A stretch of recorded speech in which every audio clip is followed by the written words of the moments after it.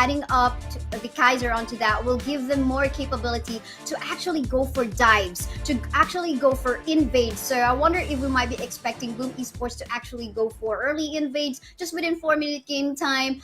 And because if they do capitalize on that, I think it's going to be some goodness for the Arlie later on to actually be able to go faster on his power spike. But then again, we're done with the draft. They do lock in the Charlotte. But how do you think about the Charlotte last pick of Boom Esports? All right. So when we talk about Charlotte, you think all of these power graduation, full on outplay, splash found, all of that, the whole 9 yards. I think we're going to be talking about aggression in different lane and in different roles. They just really want to be able to secure the early game. And we actually I talked about Angela earlier on. You can clear the wave with 2 Chaos Cinders. So if we're talking fast clear, RRQ definitely has that in the bag. But when we're talking about late game, Arlie is still one of the best farm laners out there. And I think Boom Esports is drafting around Soshi's hero. Sure, why not? They definitely would want to have that protect the queen composition for the Arlie, so sure, why not? But surprisingly, though, we're not seeing an invade in this early game time. Even given the lineup of Boom Esports in here having a lot of good early frontliners like that of the DMCO as well as the Kaiser. So everyone's pretty chill in here and waiting for probably they're just gonna wait for that level 4 for their junglers to hit. It's the usual thing, just get those ultimate, like what you did say, get the level 4 before you start to do something crazy. Now, Kaiser has been picked up by Boom Esports. Here, I want to talk about the combo, Blade Tempest and Invisible Warrior. It's a lot of range and a lot of consistent damage that maybe they can use to possibly wither down Gia's life. That's going to be also Pia's connecting onto one. But hey, it's an Angela in the early game. They're going to be A-okay. But someone that's not okay is actually Jester. Does have the ult connecting onto one, but that's going to be G being taken down, actually being focused down rather by Gia. But so far, Bai is A-okay. A lot of good attempts, but so far no casualties. Yes, no casualty on that one, primarily because Impressive have so decided into actually going onto the bottom lane part of the map to, have that potential kill onto Gia, because again, Gia is actually going to be the one that RRQ is going to be relying on to in terms of their lineups, source of damage, and at the same time, just basically the main carries. But I think there could have been a casualty from what has happened a while ago. Maybe if Impressive have gone through that river fight, but he wanted to make sure maybe trying to give that kill onto the Arlie, but so that did not happen. Did not happen indeed, but something that also didn't push through is actually the play that 663 did. Blazing Brilliance has been popped, but they were not able to get the pick off.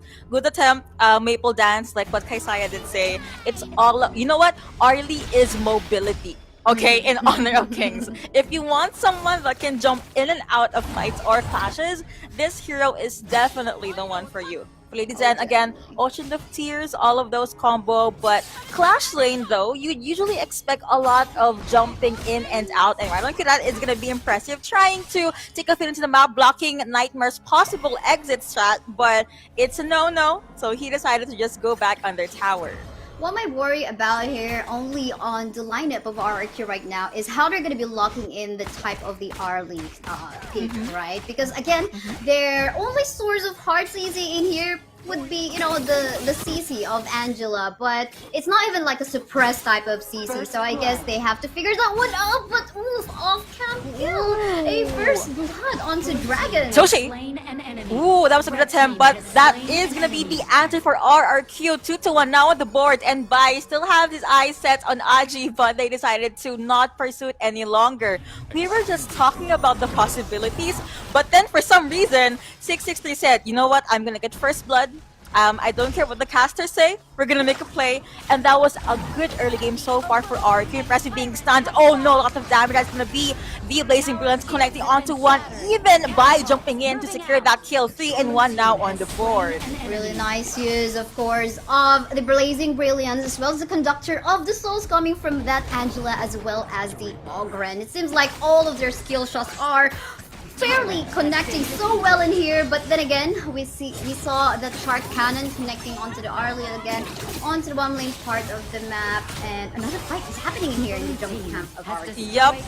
That is indeed also being popped by Nightmare. Miki trying to go up in, but actually Angela got the kill onto Dragon again. Look at the combo that's been knocked back connecting, and looks like that's going to be the kill or the answer for Boom Esports. They are trying their best to even things out now. Ode is available for Jester, but I think after that little skirmish, they're gonna have to let it go. Scorching Barrage being popped there as well, and Blazing Brilliance just to make sure that the wave is nowhere near the tower, mid lane tower for RRQ. Oh, we just finished that early game. We just came onto the mid game and we saw the tower already going down on the bottom lane part of the map, and that is not looking good for the Arlie. Arlie definitely power spikes somehow mid and to the late, but given the number of kills that RRQ already has in this early game time, early to mid game time, I think there is definitely needs some catching up. Definitely, Boom Esports cannot die anymore, cannot offer their souls anymore onto RRQ because that will stop them from wanting to get the power strike. But look at this, look at the push coming from RRQ. It's just too much of a pressure from Boom Esports. Pressure is definitely the word for it. See, Charlotte can't really try Slash and Power Graduation, Nightmare or Gia here because of the pressure and the power that they have, but at least Comms is still on point. When there is a play at the Clash lane, you do something in the farm lane. Toshi and Impressive was able to get the push, but RRQ got first dibs on the objective. To be honest, I was expecting more zoning capabilities in here from the lineup of Boom Esports, but that is not happening. We are not seeing that happen as of yet. It is more an RRQ going for that space being created in order to take objectives tower or the epic monsters that we have. But so far in here, even though there's actually some more CC coming from the side of Team Boom Esports, it seems like for RRQ, okay, we don't really need to create some anti-CC item at this point in time because it seems like with the early advantage that they got, they want to lean on more onto damage. They definitely want that damage. Oh, that's gonna be Frozen currently onto one. That's good pressure coming in from Agi as well, but looks like Impressive. They tried to make a play there, but it did not push through. Instead, it's gonna be the 2K going over to Agi. Kaiser with all of those very good Invisible Warrior at the same time. Boom Esports not gonna stop anytime soon. By in the middle of everything, guys, trying to go to shot down. Gold is definitely secured. Impressive. 1v3 on the Liampo. That's something you do not want, and instead, Bai gets that double kill. He backed that 2K. 7-4 now on the board with roughly a 1.6k gold lead in favor of RRQ. HP regions here and there coming from the Ogran, add more from the Elaine and the Dolia heals as well. That was not looking good. If Toshi did not actually die, they could have gotten a chance in making a comeback. They could have turned the tables around, but that didn't happen because he was actually the first one to die. And at the same time, Luba number 7, Gia, was actually left alive, being babysitted so well by Jester F. Just able to free hit, and of course with some sort of anti-tank HP based damage, definitely impressive, as well as AJ6 will having a hard time in actually catching up on the damage coming up from Luba number 7. Man, Sigda, it's a lot of these micro things making it a macro thing here in Honor of Kings. Definitely it is making a difference, but for now, no fights, no pickups. I think they had enough. Okay, they tried to start a lot of fights and clashes, and they will try to make things work this time around. Again, from the 1.6k, it's now roughly a 2k gold lead in favor of RRQ. I noticed that they are the ones trying to make a play first, and let's see if they are good enough. As our panel host did say, President does jump in, connecting onto number 12, the Blazing Brilliance, connecting onto 2, onto 3, but Ladies and gets a kill onto Angela, and still the back line, you have 663, no longer there rather, but Gia taking in so much damage in the front and up the back. Actually, Miki did try to dive the back line, not going well, but something that's going well is actually going over to Toshi, was able to pop in with the Autumn Storm, gets a few kills. Now, Boom Esports, I think it's safe to say, they do get that luxury of jumping in and out of the fight, but killing spree being secured by Crucial healing going over to Jester with that wave breaker. Wonder if this is done. Okay, they're gonna be separating ways for now. I'm actually happy that Toshi was actually able to catch up on that team fight, because a while ago we saw him coming from the top lane and he had to catch up on that fight. The rest of the members of Boom Esports was already actually on standby in the bushes, just waiting on potential team fight that could happen, and that did so happen, making Toshi catch up on that particular fight. Fortunately, he did, but I guess he went a little too aggressive in that fight, just dashing in, just trying to go for the potential kill and not even respecting the HP regen that the Ogron has as well. And of course, the damage and the lead that so far Luba number 7 has up against him.